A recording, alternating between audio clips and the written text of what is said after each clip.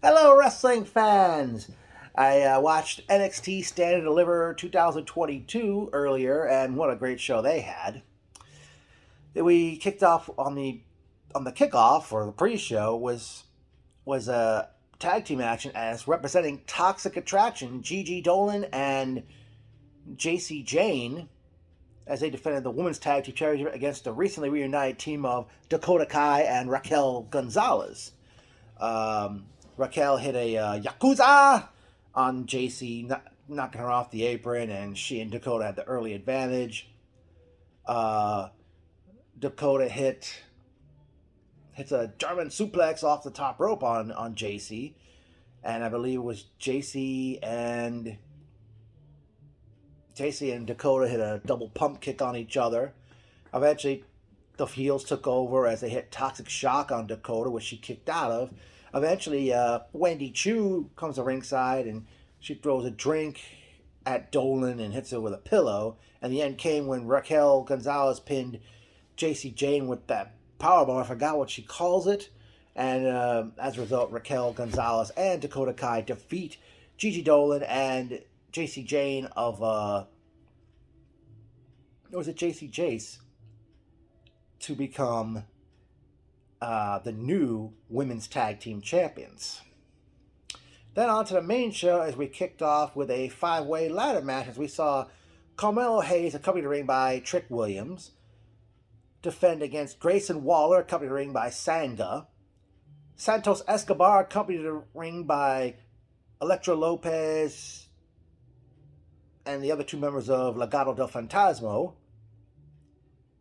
Solo Sequoia, apologize if I got his name wrong, and Cameron Grimes.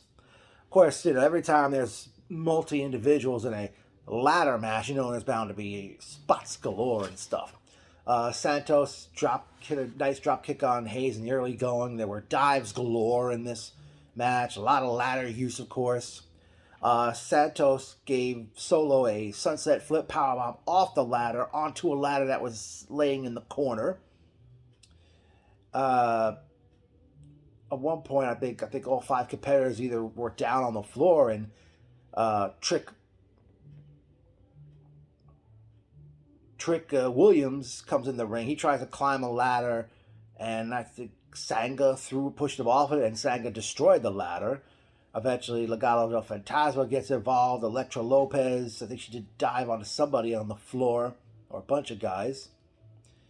I think Trick trying to climb the ladder again, and Grimes threw him off the ladder, and Trick landed on Sanga and Legado del Fantasma. There was at one point all 5 competitors were on ladders trying to grab the belt. Santos did a Hurricane Rana did a Hurricane Rana on Waller off a ladder. Solo, while Santos was down, Solo hit a top rope splash on Santos. Grimes hit a cave-in on Solo on the apron while on 2 ladders set up on the apron. Waller missed a elbow drop off the top of a ladder onto Hayes. Grimes hit a top rope cave-in on Santos, and eventually Grimes climbed the ladder, grabbing the belt to become the new NXT North American champion. Next up, we see Tony D'Angelo, accompanied to the ring by AJ. I apologize for not remembering his name, as D'Angelo did battle with NXT's grizzled veteran Tommaso Ciampa. Ciampa had an early advantage. He peeled the pads off the floor in the early going of the match. Ciampa hit a middle rope DDT. I fell asleep during this matchup.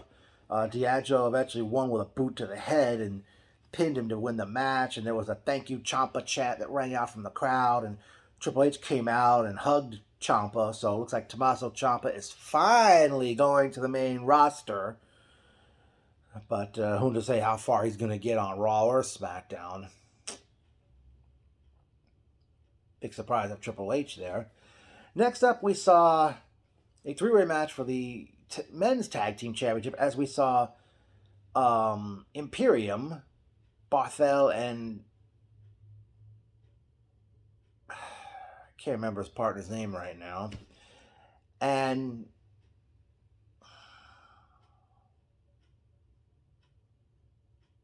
defended the tag team belts against Wesley and Nash Carter, MSK, and the Creed brothers from the Diamond Mine, Julius and Brutus Creed.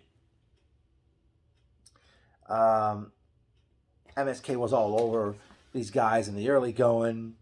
Brutus hit German suplexes. MSK did a double team on Barthel. Imperium, they did a Doomsday uppercut on the floor. Forgot who took that one. Eventually, Wesley Hurricane Rana Barthel onto Nash Carter, who caught Barthel in a powerbomb to win, enabling MSK to win the tag team championship for the second time. Next up, in a four-way matchup, we see Mandy Rose defend the women's championship against Cora Jade, Kaylee Ray, and Io Shirai. The early going, Mandy was isolating Cora Jade. Kaylee puts Mandy in the Koji Clutch, which is a submission hold Koji Kanemoto invented. And Christopher Daniels used that submission hold a lot in matches. Io Shirai puts Cora Jade in the Texas Cloverleaf. Hello, D. Malenko. Cora hit a Destroyer on Kaylee Ray on the apron. Io Shirai hit a solo Spanish Fly or a reflux capacitator on Mandy Rose.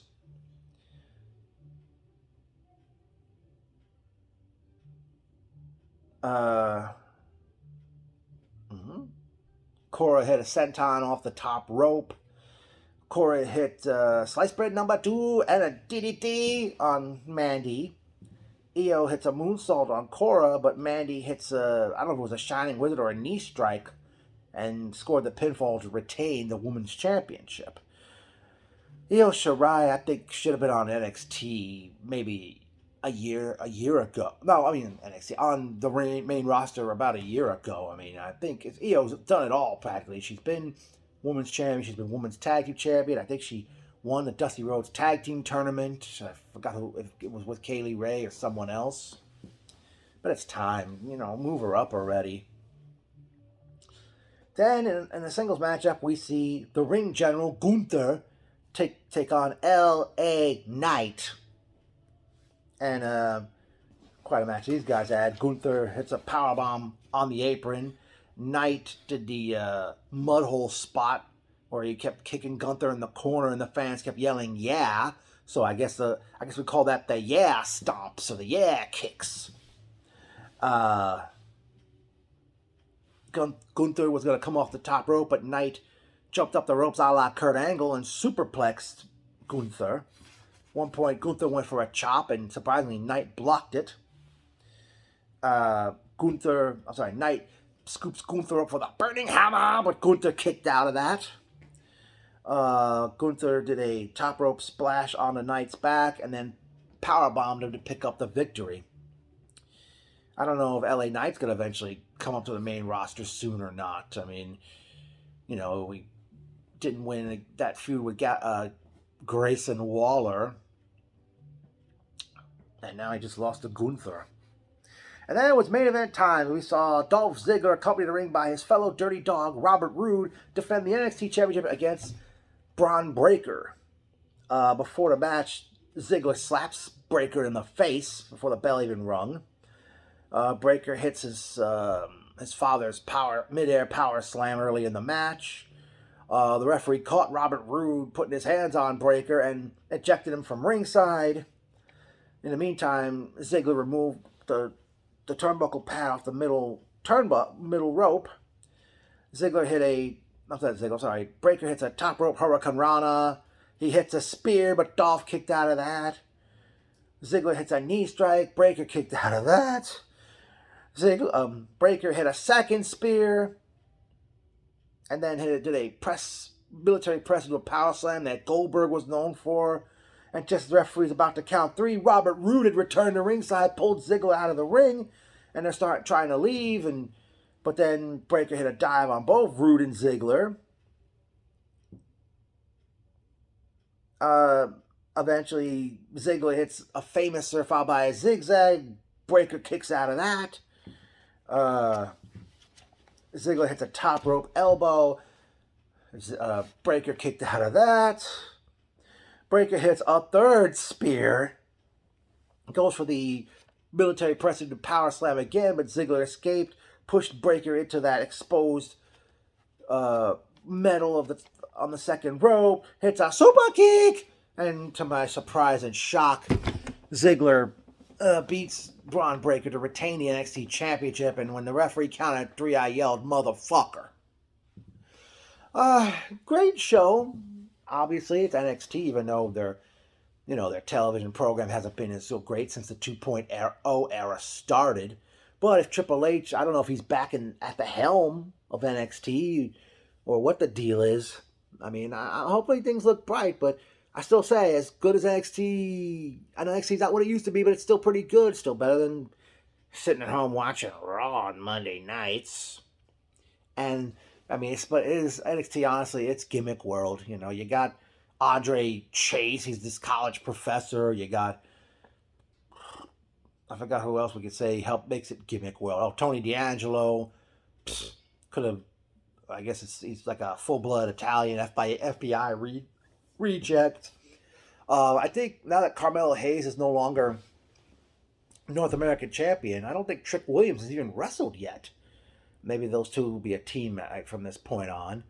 I feel for Legado del Fantasma. For the past year, they've been like victims of circumstances beyond their control. I was so disappointed that they didn't get to, their feud with Hit Row didn't get a proper ending, as Hit Row was sent to SmackDown and then they were subsequently released. Then Santos was going to work with Zion Quinn, and I thought they were going to have a big match at a big NXT show. That didn't happen. It'll be interesting to see where those guys go from here. I know, but I'm sure Elektra Lopez, hopefully she'll be in the ring more often.